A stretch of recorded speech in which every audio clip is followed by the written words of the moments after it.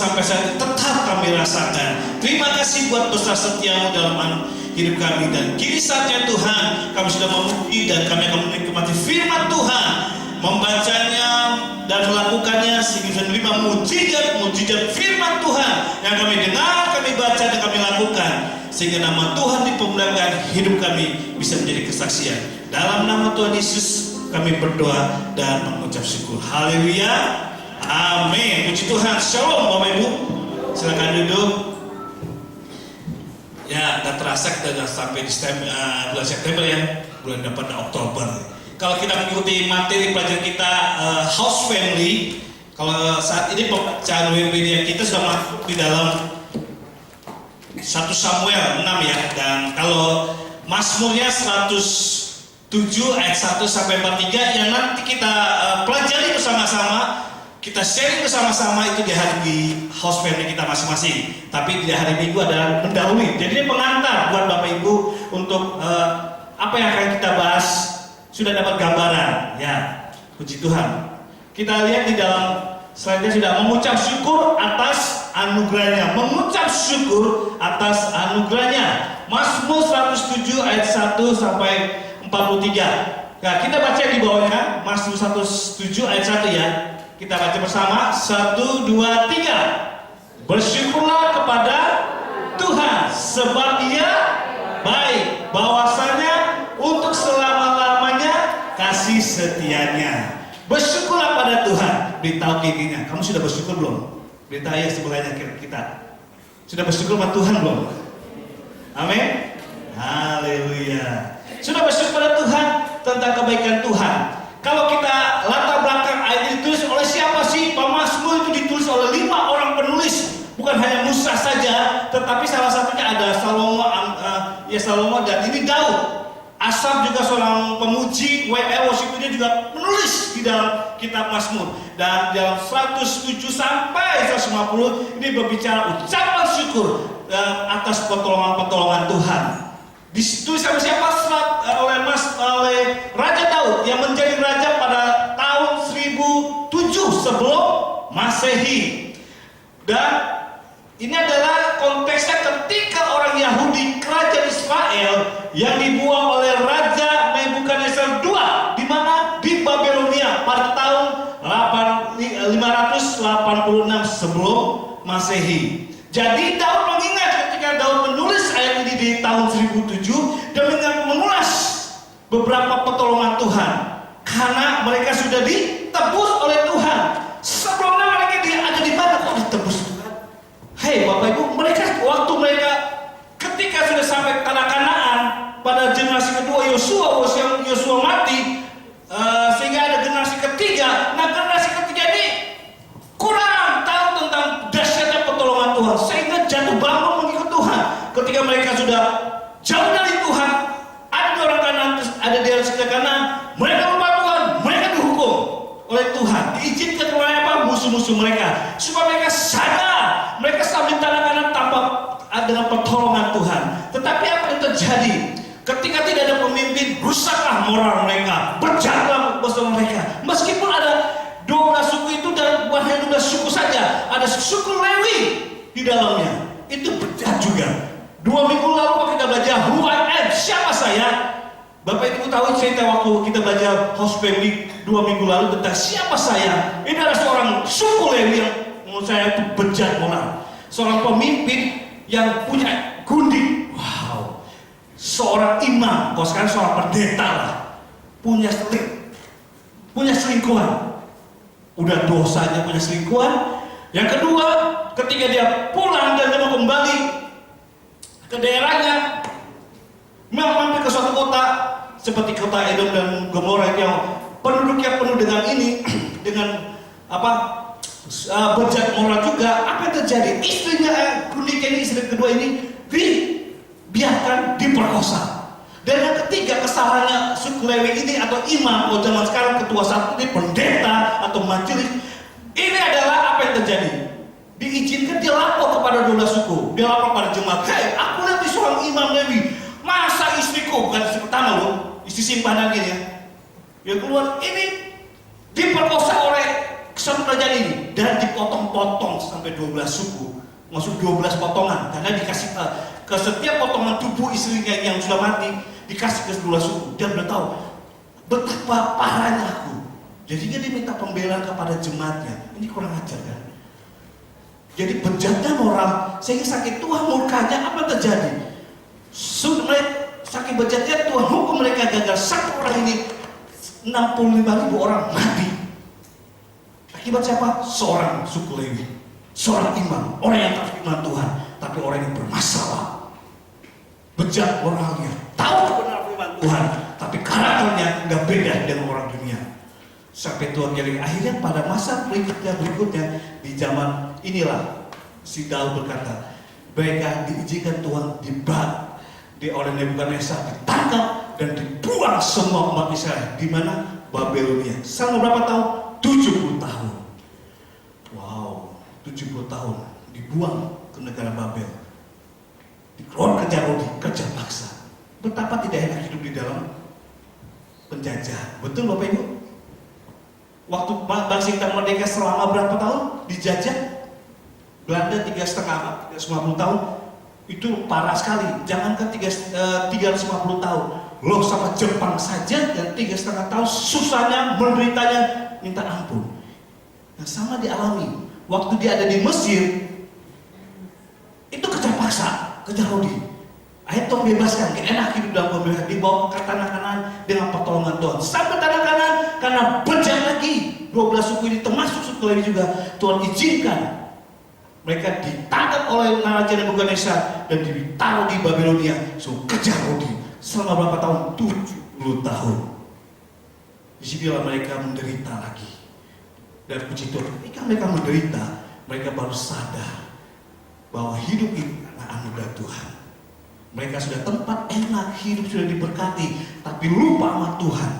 Sehingga Tuhan hajar, kata Yesus kata, orang yang kukasih akan kuhajar dia. Supaya apa? Sadar diri semakin rendah di hadapan Tuhan. Karena tanpa Tuhan siapa kita? Amin. Sehingga Tuhan izinkan. Waktu mereka masuk ke tanah Kanan, mereka miskin, gak bawa apa-apa. Tuhan izinkan bawa tanah Kanan penuh madu dan susu tanpa mereka harus kerja keras. Sudah subur tanah tersebut. Tuhan menyuburkan sehingga mereka sejahtera. Melawan musuh mereka tidak punya kalian berperang, tapi Tuhan tolong. Tapi ketika mereka sudah diberkati mereka lupa Tuhan, sehingga Tuhan izinkan Raja Nebukadnezar membawa umat Israel ditangkap dari Babelonia. Tapi puji Tuhan, kebaikan Tuhan, anugerah Tuhan. Ketika mereka bertobat dan berseru pada Tuhan, Tuhan tolonglah saya, maka Tuhan tolong umatnya. Amin. Sehingga mereka ditebus, dibawa kembali ke tanah Kanan. Karena mereka bertobat kembali. Kasih Tuhan tidak pernah berubah. Cinta kita sama Tuhan yang mungkin berubah. Betul? Coba tanya kiri kanannya, cintamu sama Tuhan berubah gak? Wah, kalau sakit dikit enggak pelayanan. Ada masalah sesama pelayan Tuhan, marah, pindah gereja, pindah satelit. Ada masalah hutang piutang jemaat, enggak bejo-bejoan. Ada masalah pemimpin, tidak pelayanan. Waduh, ketika ada masalah langsung Tuhan lampiasannya. Padahal Tuhan tidak pernah bersalah pada kita. Amin. Diri kita yang sering bermasalah sama Tuhan dan sesama kita. Padahal kalau kita hidup ini anugerah Tuhan. Hidup saja sudah anugerah. Amin. Apalagi dia punya keluarga yang baik, anugerah. Punya pekerjaan, anugerah Tuhan. Punya harta, rumah, mobil, motor, anugerah. Bisa punya talenta main musik, melayani, suara bagus, anugerah Tuhan. Amin. Jadi kalau ada masalah jangan ngambek sama Tuhan. Masalah dengan teman, dengan pemimpin rohani dan lain, tidak keluar, tidak pelayanan. Tuhan mungkin geleng-geleng, apa salahku? Piye toh? Kamu yang punya masalah dengan sesama, Tuhan, gereja Tuhan korbannya. Tapi bersyukurnya ketika bangsa Israel bertobat, minta Tuhan tarik, Tuhan kembalikan mereka kembali ke tanah Kanan. Nah, di sini ada 5 peristiwa. Mengapa bangsa Israel bersyukur? Karena sudah kembali dijajah selama 70 tahun di tempat pembuangan Babelonia. Terus dibawa kembali ke tanah Kanan. 70 tahun, apa sih yang mereka rasakan? Mari kita lihat next selanjutnya. Sehingga mereka bersyukur kepada Tuhan. 5 situasi mengapa Raja Daud mengajak Israel bersyukur pada Tuhan. Itu di ayat 107 ayat 4 sampai 9. Ada orang mengembara di padang belantara, jalan ke kota tempat kediaman. Orang tidak mereka temukan, mereka lapar dan haus. Jiwa mereka lemah lesu dalam diri mereka. Maka berseru-serulah mereka pada Tuhan dan kesusahan mereka, dan dilepaskannya mereka dari kecemasan mereka. Dibawanya mereka menempuh jalan yang lurus sehingga sampai ke kota tempat kediaman orang. Biarlah mereka bersyukur pada Tuhan karena kasih setianya, karena perbuatan-perbuatan ajaib terhadap anak-anak manusia. Sebab dipuaskannya jiwa yang dahaga, jiwa yang lapar, dikenyangkannya dengan kebaikan. Ada orang-orang yang duduk di dalam gelap dan kelam, terkurung dalam sengsara dan besi. Ini mengembara apa? Ingat pengembaraan kita mereka dari bangsa Israel dari tanah Mesir menuju tanah Kanaan. Nah, ketika mereka sudah di Tuhan kembali, mereka bertobat, Tuhan pimpin mereka kembali dari Babilonia menuju tanah Kanaan kembali. Jiwa mengembara tidak menyenangkan, betul? Menginap mau di mana padang pasir, tapi kebaikan Tuhan nyata kembali. Udara dingin, Tuhan kasih perlindungan kembali, hangat. Pas dalam panas, Tuhan kasih kembali jadi hangat. Kehangatan. Saya pernah waktu sekali bulan Februari kita pergi diizinkan untuk gereja untuk pergi ke tanah Kanaan, bersyukur sana. Melihat padang pasir memang luar biasa, Bapak. Kalau panas, musim panas, kebetulan kami datang bulan Februari masih dingin. Kalau sekarang musim panasnya, tak kata orang Israel, orang Yahudi bilang, kalau Anda bulan datang bulan September seperti kayak ini kemarin ya Juli ini, Anda lihat seperti mereka. Kenapa panasnya bisa 60 sampai 70 derajat? Kalau nggak terbiasa, panas sekali. Memang padang pasir.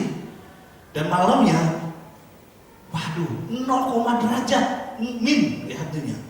Waktu bulan Februari kesana aja tuh min 15, enggak min, masih plus ya.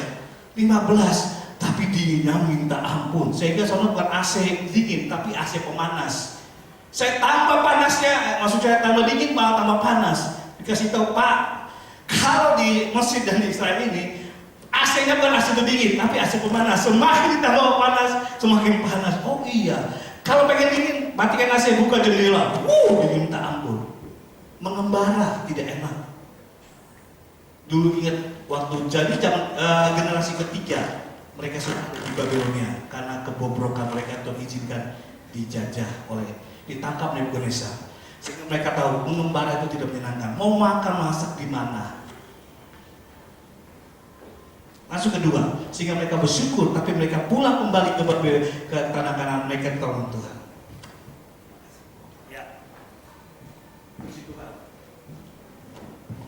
Ya. Yang kedua, ayat 10, yang dihukum. Nah, ini pasti dihukum ya. Jadi tribalnya mungkin height-nya ditinggikan, yang middle height diturunkan. Ya. Cek. Ada orang-orang yang duduk di dalam gelap dan kelam, terkurung dalam sengsara dan besi, karena mereka memberontak terhadap perintah-perintah Allah dan menista yang maha tinggi. Maka ditundukkannya hati mereka ke dalam kesusahan. Mereka tergelincir dan tidak ada menolong. Maka berseru-seru mereka pada Tuhan ke dalam kesesakan mereka dan berselamatkan mereka dalam kecemasan mereka. Dibawanya mereka keluar dari dalam dan kelam, dan diputuskannya belenggu-belenggu mereka.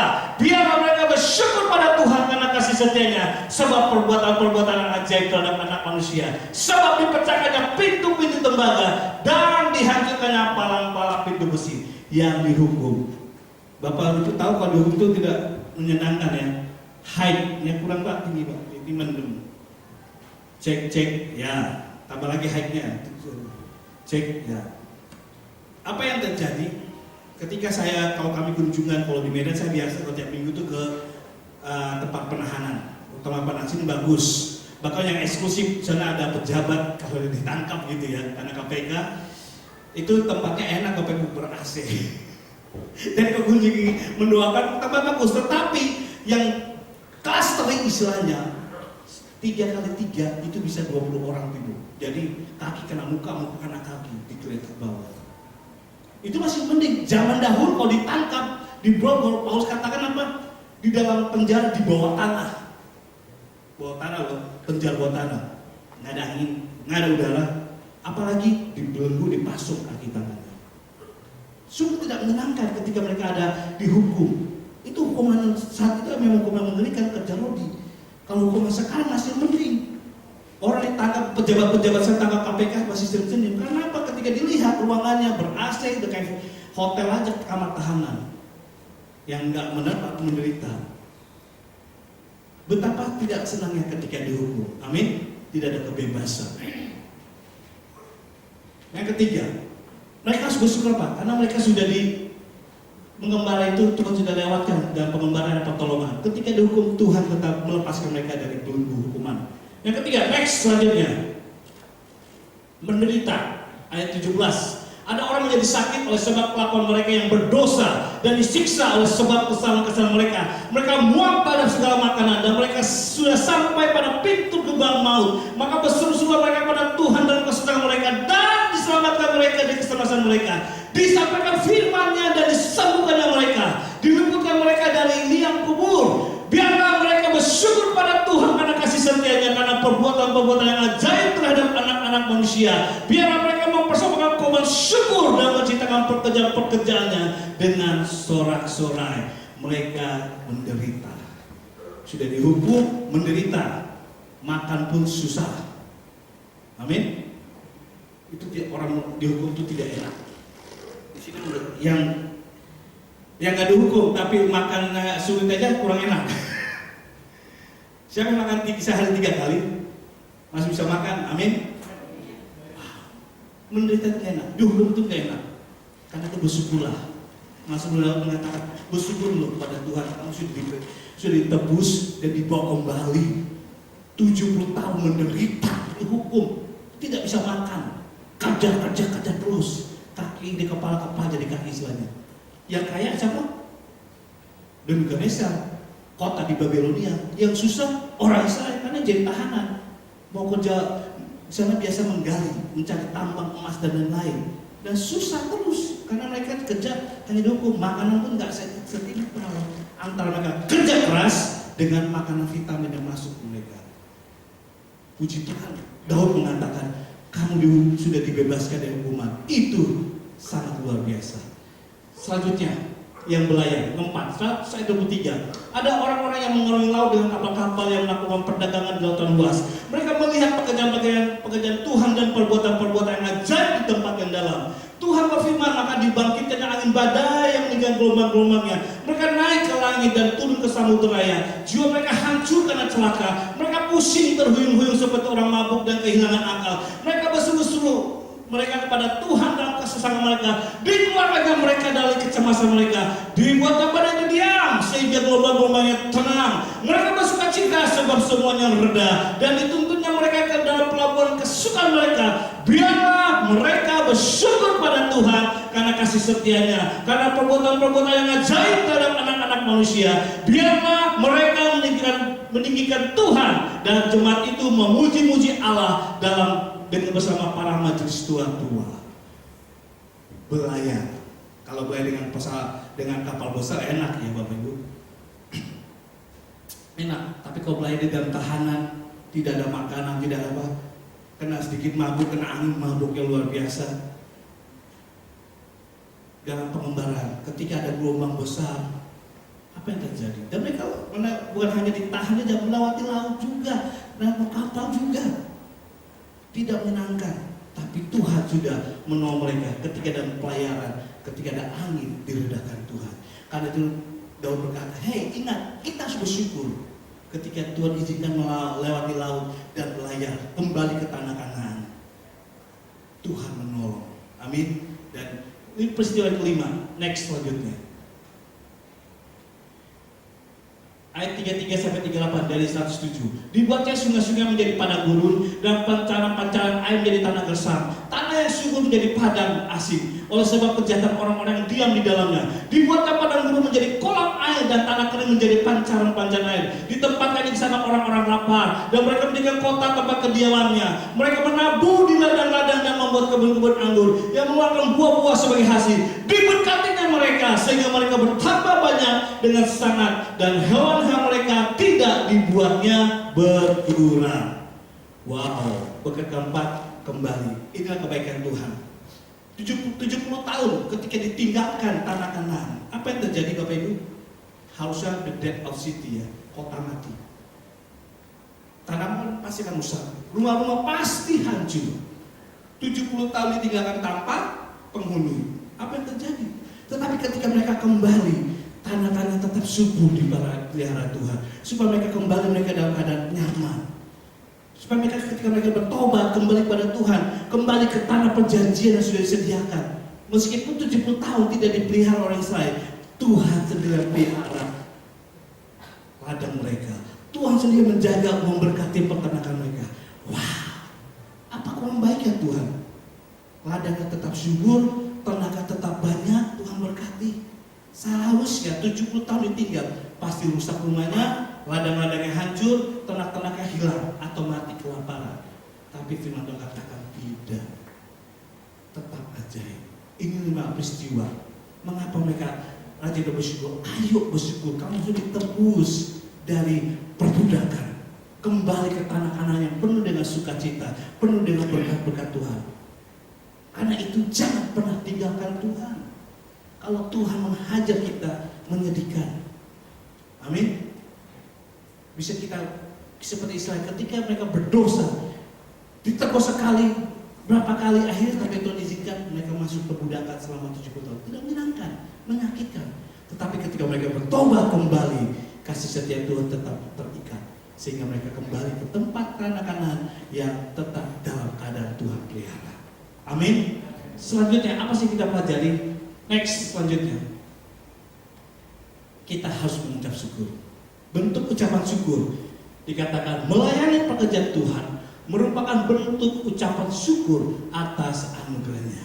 Amin. Sehingga ucapan syukur kita, Tuhan gak minta-minta apa? Gak banyak. Apa kita harus kasih duit banyak, persembahan lain? Enggak. Uang harta benda Tuhan pelihara, ladang-ladang tetap subur Tuhan berkati, tanah-tanah tetap banyak Tuhan berkati. Tuhan gak minta apa? Apa yang Tuhan minta? Siapakah aku ini Tuhan jadi biji matamu? Dengan apa akan kubalas kasihmu selain memuji dan menyembah Tuhan? Ucapan syukur hanya dengan melayani Tuhan.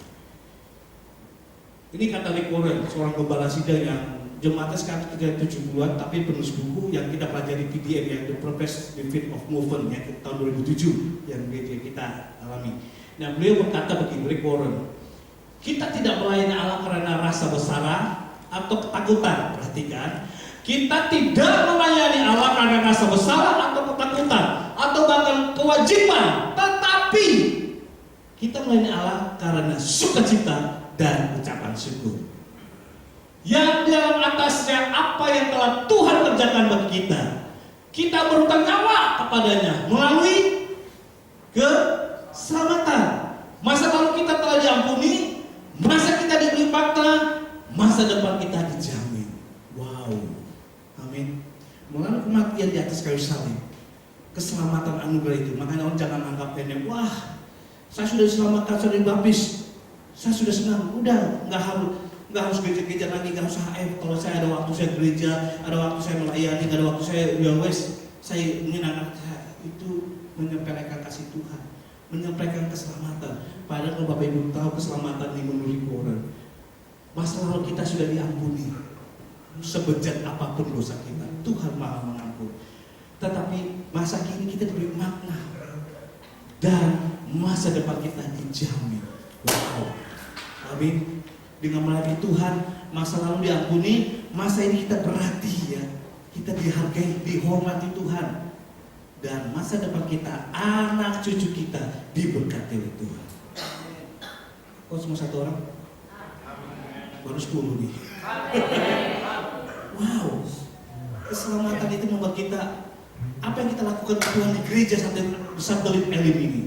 Bapak Ibu ingat, anak-anakmu akan diberkati Tuhan. Meskipun dia terima apa? Cuma asal terima tamu. Gak harus dibanding-banding ini sebagai worship leader, singer, backing vokal, pemain musik, pengkhotbah, pemerintah. Enggak. Sekecil apapun Tuhan hargai pada kita. Karena apa? Masa lalu sudah diampuni. Masa kini tetap Tuhan hargai. Amin. Dan masa depan, artinya anak, menantu atau cucu kita pasti Tuhan berkati. Sekecil apapun yang kita lakukan. Saya ingat waktu kemarin di telepon mertua saya hanya pandai masak saja. Dia kata, "Mas, kenapa nih?" "Aduh maaf ya," dia panggil istri saya, "Devi, karena Buya orang Jawa Tengah, mau cepat-cepat ke gereja jangan terlambat. Oh, ada peranan? Iya, ada. Peranan apa? Cuci bersih bekas ini perjamuan kudus. Wow. Ibadah mulai harus ada di gereja supaya jangan terlambat. Padahal pelayan dilakukan apa?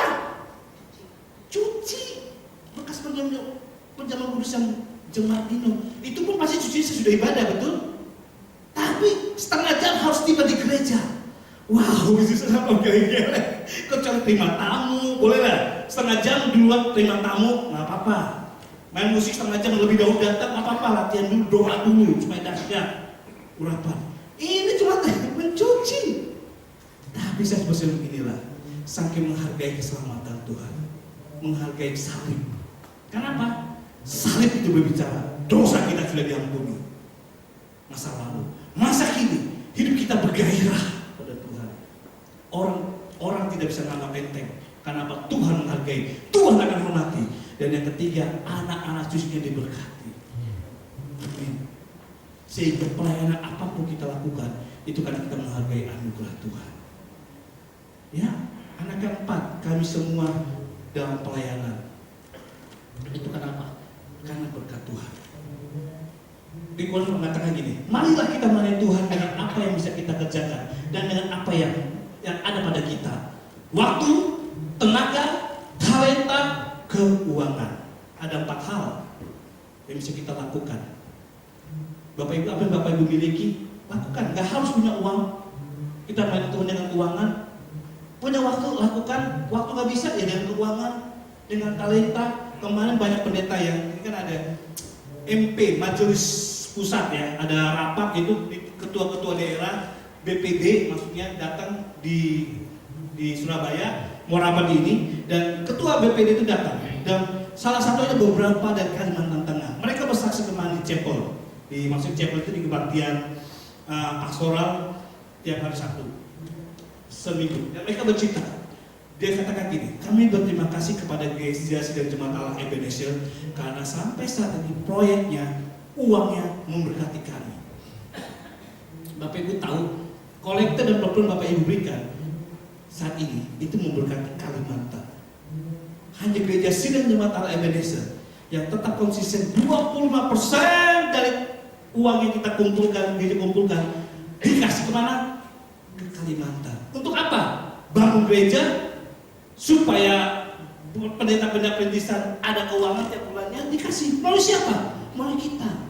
Mungkin Bapak Ibu nggak sadari, banyak jiwa-jiwa gereja terbangun di sana, banyak jiwa-jiwa orang mengenal Tuhan, bukan karena hamba Tuhan saja. Amin. Masih ada hamba Tuhan yang mau masuk di daerah pelosok Kalimantan Tengah, Utara, Timur, Tengah dan Timur. Tetapi karena ada keuangan kita juga yang memberkati mereka. Amin. Tanpa kita sadari, Bapak Ibu perpuluhan, kalau tiap bulan kasih ke gereja. Tapi itu berarti bagi mereka yang ada di Kalimantan, buat hamba-hamba Tuhan yang di sana. Mereka berkata, kami melayani kan nggak pikir anak kami nanti gede mau jadi apa, sekolah di mana, yang berarti kami melayani. Wow, itu dahsyat. Kita hargai setiap pendeta-pendeta yang masuk di Kristen. Mereka nggak mikir ke kita, anak kita nanti mau kuliah di mana ya, supaya nanti kalau dari sukses sekolah di mana yang favorit ya, mungkin negeri nggak mau masuk Katolik ya kan, mungkin kita berpikir. Tapi pendeta-pendeta yang masuk sana mereka nggak mikir anaknya bawa 2 dan 3 perintisan, tapi mereka tetap bersyukur pada Tuhan, bukan karena mereka ada keberanian, amin, betul, tetapi ada pendukung dana, yaitu Gereja Sidang Jemaat Allah Ebenezer Surabaya yang konsisten 25 tahun misinya ke sana. Dari mana? Kolektor dan pemberi kita yang kita berikan di gereja itu hak keuangan. Tanpa kita sadar kita memberkati jemaat di Kalimantan, dan jemaat orang di sana bisa terima Tuhan. Katanya banyak orang yang tidak kenal Tuhan, yaitu orang Dayak dan orang Muslim. Karena ada pendeta-pendeta yang mau memberikan firman Tuhan dan membangun gereja di sana. Dari mana? Mereka katakan dari Gereja Sidang Jemaat Allah Ebenezer. Amin. Beberapa satelit, dari mana kita ada satelit ini? Dari pusat? Apakah keuangan dari pusat lah membangun 13 satelit? Tidak Bapak Ibu. Pak Teguh bilang Kita bisa bangun satelit, kita bisa bangun satu lagi, kita bisa bangun satu lagi. Adalah dari uang perpuluhan dan kolektif yang kita berikan untuk gereja. Sehingga satelit-satelit yang terjauh seperti Sion, yang ada di Karmel, dan Karmel di Rejo, itu dari mana? Uang-uang kita yang kita berikan untuk Tuhan dikelola oleh gereja dan bangunlah gereja-gereja sehingga di sana banyak jiwa-jiwa yang mengenal Tuhan. Amin. Itu bisa tanpa kita sadari. Kita memberkati orang, memberi makan orang, memberi orang mengenal Yesus sebagai Tuhan dan Selamat melalui keuangan kita berikan. Waktu seperti Bapak Ibu masuk, apapun Bapak Ibu kerjakan di saat ini, talenta lakukan, Tuhan pasti akan berkati. Amin. Di komisi BPH mengatakan ada pengurus di EJB. Bapak Ibu tahu kalau kami melakukan, saya melihat setelah masuk di komisi EJB itu keuangan yang kita keluarkan untuk ibadah itu besar minta ampun, bisa 10 juta sampai 12 juta. Ibadah hasilnya ketika seperti besok. Kalau pendeta dari Jakarta, PK-nya saja sudah berapa, pesawatnya dan hotelnya. Terus kita beri makanan 15.000 kali 350, 5,5 juta untuk hanya memberikan konsumsi. Transportasi dari satu satelit sampai 3 juta. Pada kolektor untuk ibadah EJB cuma 2 juta. Dan kita beri Papuan cuma 200, tapi 500. Tapi dari mana mereka bisa masuk? Puji Tuhan, BPH itu iuran 1 juta tiap orang untuk mendanai ibadah EJB yang hari Senin. Yang ketiga, bahkan juga di member meeting, di restoran, mereka berkorban. Mereka nggak punya waktu banyak seperti Bapak Ibu beribadah. Mereka ada uang, mereka memberi. Sehingga untuk tujuannya apa? Untuk menyatukan satelit tetap terkoneksi melalui komisi EJB ini. Kami fair melayani. Puja penyembah kita berikan kepada satelit. Firman memang kami mengelola ibadah untuk firman dan lain-lain. Tetapi untuk pujian, worship, singer kita beri kesempatan semua satelit belum melayani. Karena komisi EJB adalah milik bersama, bukan hanya di Ambengan saja. Semua sama. Sehingga saya jadwal langsung mau satelit melayani sambil promosi mereka sambil mereka melayani. Mungkin di sini jamaah kalau melayani cuma hanya 200-100 orang, tapi kalau di Ambangan bisa sampai pencet.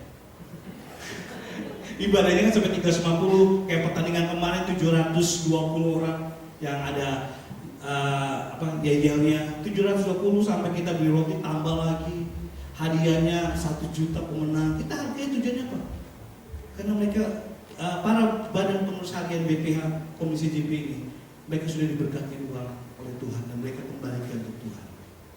Bahkan pada orang sumbangan-sumbangan mereka pun siap memberi. Mereka katakan dulu kami ini siapa? Mereka katakan kami dulu lahir dan ada miskin. Mereka dibesarkan orang tua ada orang tuanya cerai.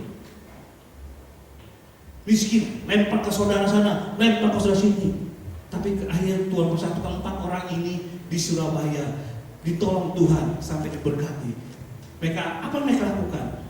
Apapun yang kami itu lakukan untuk pekerjaan Tuhan, seberapapun uangnya, kalau kami bisa mampu, kami berikan untuk pekerjaan Tuhan. Kami punya aset yang dikasih semua dari Tuhan. Dulu susah, miskin, sorrow, sakit-sakitan, broken home. Karena mereka, tapi karena Tuhan sudah memberkati mereka, mereka membalas ucapan syukur dengan apa? Memberikan dengan uang yang besar-besar mereka berikan. Mereka bersaksi demikian. Bahkan ada satu BPH mengatakan, from zero not to zero ya, from zero to hero.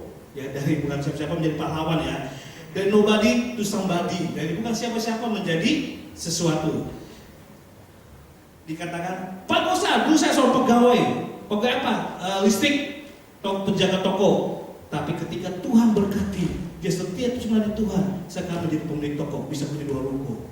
Dulu hanya kasir saja. Dulu sakit, saya sakit-sakitan. Anak saya kena kanker sampai botak ya, sampai 200 juta untuk dari Hasko Cungkok Solo. Karena di situ. Tapi ketika dia tetap setia berdoa, tetap melayani Tuhan, menjadi sehat bahkan bisa menikah. Dikatakan lagi, dulu saya numpang di mertua. Ini salah satu BPH berkata, dulu saya numpang. Jangan ngontrak gak punya duit, numpang di PMI Pondok Mertua Indah. Tapi ketika saya setia berdoa dan melayani Tuhan, bukan hanya numpang, saya sudah punya 2 rumah. Dulu punya mobil, sekarang punya 2 mobil, Fortuner lagi. Dikatakan dulu suami saya Buddha, Nggak karena Tuhan, tapi karena kasih setia Tuhan anugerahnya. Bukan sekarang hanya Kristen, tetapi jadi pelayan Tuhan. Sebagai tanda ucapan syukur kepada Tuhan. Jadi jangan perhitungan dengan Tuhan soal waktu, keuangan, talenta. Kalau saya tidak ada persembahan, kalau gereja menghargai saya tidak mau. Misalnya kalau orang saya selalu dengan cuan. Apa yang saya dapatkan saya beribadah di gereja Satu Elim? Apa yang saya dapatkan ketika saya melayani di gereja Satu Elim?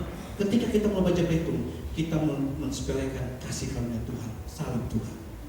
Betul? Kalau Bapak Ibu sudah punya keluarga yang baik, tubuh yang sehat, punya talenta, punya waktu, punya pekerjaan usaha yang baik, mari kita bersyukur Tuhan, kembalikan semuanya dari Tuhan. Amin. Mari kita bersyukur pada Tuhan. Sehingga berkata Pak Pengusaha, kenapa saya menjadi BPH Komisi CB? Di situ BPH-nya harus keluar uang, keluar waktu, evaluasi, tapi saya lakukan semua untuk Tuhan. Kenapa? Sebagai tanda ucapan syukur kepada Tuhan. Hanya itu saja. Nggak sebanding dengan berkat-berkat Tuhan yang Tuhan berikan dalam hidup saya. Harta saya tidak sebanding. Bahkan ada ketua satelit, ketika ada masalah, ada goncangan dalam satelitnya, sampai 3 bulan dia nggak bekerja. Dia mikir apa? Mikir satelit. Dapat proyek berapa M, dia nggak senang. Biasanya senang. Bahkan sampai proyek 12 M, dia nggak senang. Kenapa? Ada masalah dalam gereja. Bagi dia kalau di dalam gereja ada sukacita, jemaat melayani antusias, itu adalah berkat yang terindah daripada proyek-proyek yang didapatkan. Tapi puji Tuhan sekarang saatnya dipulihkan, dianya dipulihkan. Ketika ada proyek sedikit saja, hanya berapa M, dia senang. Dia bilang, buat apa saya 12 rumah, mobil banyak kasih.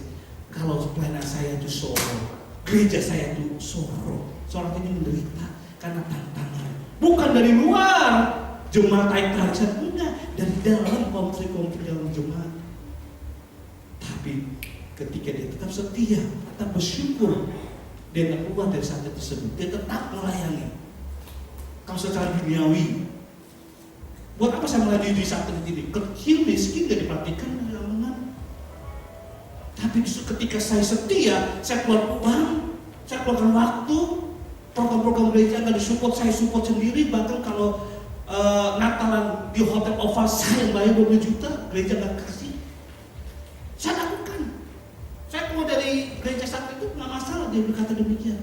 Tapi karena cinta saya akan kebaikan Tuhan yang luar biasa, saya tetap setia beribadah dan di gereja satu tersebut. Saya tetap melayani, meskipun teman-teman saya tinggalkan saya tidak mau tinggalkan gereja, karena saya tahu saya punya rumah banyak, hidup saya diberkati, keluarga saya, adik, menantu, cucu-cucunya beribadah itu semua karena anugerah Tuhan. Saya tetap setia, nggak sebanding pengorbanan dengan pertolongan Tuhan yang sudah diberikan. Amin. Apapun masalah Bapak Ibu dalam rumah tangga, pekerjaan, pelayan, konflik dan pelayanan, tetaplah setia. Tuhan menghargai apa yang kita lakukan. Keselamatan itu adalah dosa kita sudah diampuni. Masa kini kita dihargai, tetap dihormati. Meskipun manusia atau organisasi dihargai, Tuhan tetap menghargai.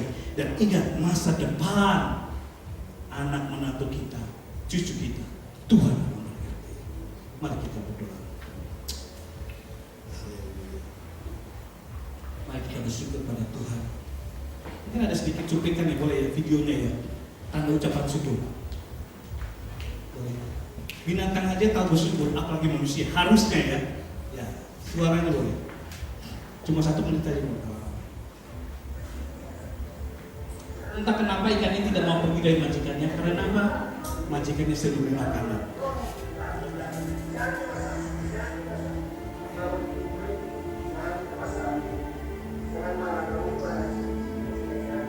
Binatang tahu syukur mengasihi majikannya. Beberapa cuplikan, kanguru ini dia tahu. Kanguru ini tidak mau ditinggalkan oleh seseorang yang memberi makanannya. Kanguru ini membeluk orang yang telah memberi makannya.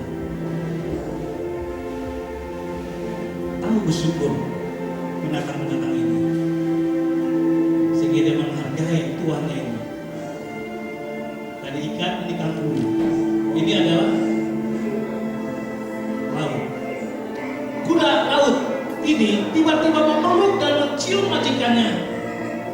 pemeliharanya. Kenapa? Ucapan terima kasihnya sering didengarkan, diperhatikan. Termasuk ikan juga. Selalu kembali. Lihat, ini adalah binatang yang terjebak dalam sumur. Seekor anjing yang terjebak di dalam selokan diselamatkan oleh seorang pemadam kebakaran. Sebagai tanda terima kasih, si anjing memeluknya.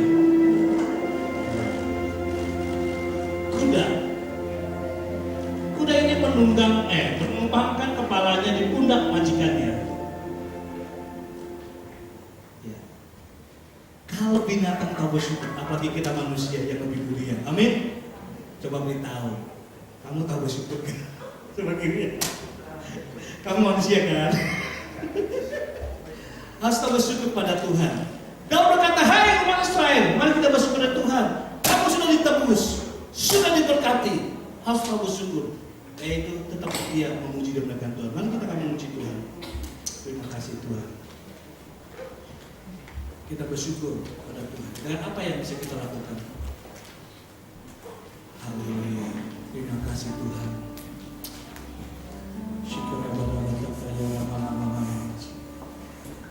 Syukur bagimu Tuhan. Ampuni kalau kami kadang-kadang sombong, tidak tahu bersyukur pada Tuhan. Ketika ada masalah, baru kami mencari Tuhan, seperti umatmu Israel. Ketika dibuang, baru mencari Tuhan. Tapi ketika hidup kami diberkati, kami lupa mengucap syukur. Kami lupa untuk setia beribadah dan melayani. Ampuni kami Tuhan. Pada anugerah Tuhan berikan itu sangat-sangat besar. Kesehatan yang Tuhan berikan itu mahal harganya. Rumah tangga yang baik mahal harganya Tuhan. Pekerjaan Tuhan berikan itu mahal juga Tuhan. Terlebih anugerah Tuhan. Itu kami budak dosa, sering berbuat dosa. Tetapi puji Tuhan, syukur karena ada pengorbanan Tuhan Yesus di atas kayu salib. Kami mau belajar hidup benar dan melayani Tuhan. Karena kalau hidup dalam dosa adalah hukuman dan penderitaan. Tetapi hidup dalam kebenaran adalah mengucap syukur dan tetap setia bersama Tuhan. Ampuni kami Tuhan.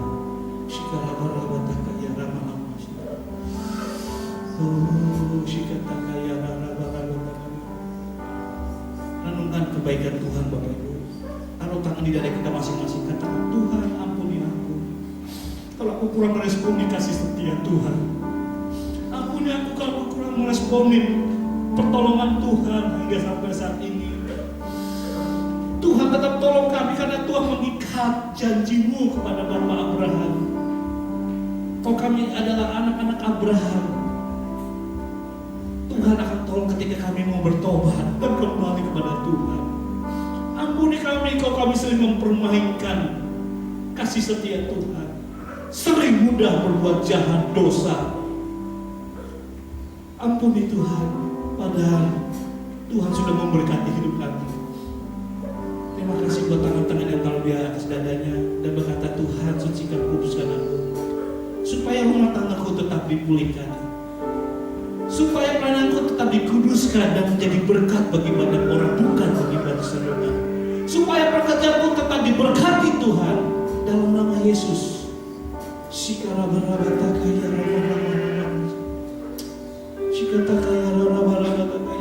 terima kasih Tuhan. Semua baik. Selidiki aku, lihat hatiku Tuhan. Selidiki aku, lihat hatiku.